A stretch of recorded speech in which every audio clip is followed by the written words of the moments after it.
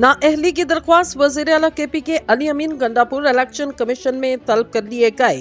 Election commission of Pakistan ने वज़ीर आला KP के अली अमीन गंडापुर को असासे जाहिर न करने पर नोटिस जारी किया। इलेक्शन कमीशन ने अली अमीन गंडापुर को 26 मार्च को तलब किया और इलेक्शन कमिश्नर ने मुतलका डिस्ट्रिक्ट इलेक्शन कमिश्नर से इस हवाले से तफसीली रिपोर्ट तलब की। इलेक्शन कमीशन ने ये नोटिस मोहम्मद कुफैल नामी शख्स की दरख्वास्त पर जारी किया। मोहम्मद कफैल ने अली अमीन गंडापुर की नाअहली की दरख्वास्त दायर कर रखी।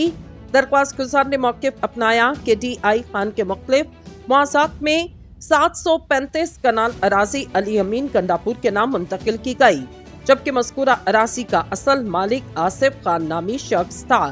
दरख्वास्त में मज़ीद कहा गया, अली अमीन गंडापुर ने 2020 के गोशवारों में मज़कूरा अराजी की फरोख्त से हासिल रकम से गाड़ी की खरीदारी जाहिर की। इलेक्शन कमीशन ने कहा, अराजी की फरोख्त और गोशवारों का मामला मेरिट पर देखने की जरूरत।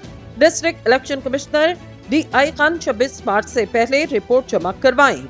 अली अमीन गंडापुर को नाअहल करार देने की दरख्वास्त की समाअत 26 मार्च को इलेक्शन कमीशन में की जाएगी।